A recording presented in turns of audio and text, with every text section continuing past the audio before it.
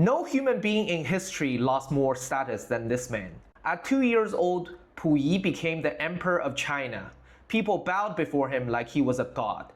But outside of the palace, his empire was already collapsing. Europe had already gone through the Industrial Revolution. Foreign powers kept defeating China in wars, forcing open Chinese ports and taking territories. Meanwhile, the Qing dynasty was still trying to rule China like it was the old world, while the rest of the world was entering the age of modern warfare. Then World War I exploded in Europe. Millions died in trenches with machine guns and artillery. While inside of the Forbidden City, servants still treated a little boy like the son of heaven. Imagine medieval kings trying to survive in the industrial age. That was basically what was happening to the Qing dynasty. For more than 2,000 years, China had been ruled by emperors. Then suddenly, the last dynasty collapsed in 1912. Even after losing his empire, Pu Yi was still allowed to live inside of the Forbidden City like an emperor. Servants still bowed before Pu Yi like nothing had changed. Then eventually, even that ended. He was expelled from the Forbidden City and lost the last piece of his old world. Later, Imperial Japan promised him power again. They made him the ruler of Manchukuo, a Japanese puppet state in northeastern China. On paper, he was emperor again. In reality, Japan controlled everything.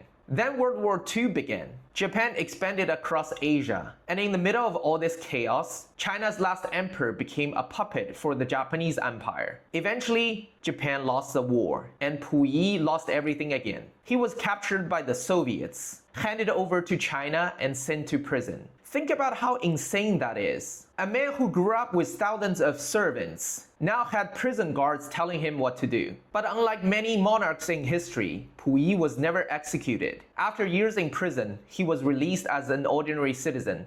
He got married again. He worked normal jobs in Beijing. And sometimes he returned to the Forbidden City as regular visitor. The same place where people once bowed before him now required him to buy a ticket to enter. Most emperors died before they could see their world disappear. Pu Yi didn't. He lost the Qing dynasty, then lost Manchukuo. Twice, he watched his empire disappear. And somehow, he still had to keep living. Is that a blessing or a curse?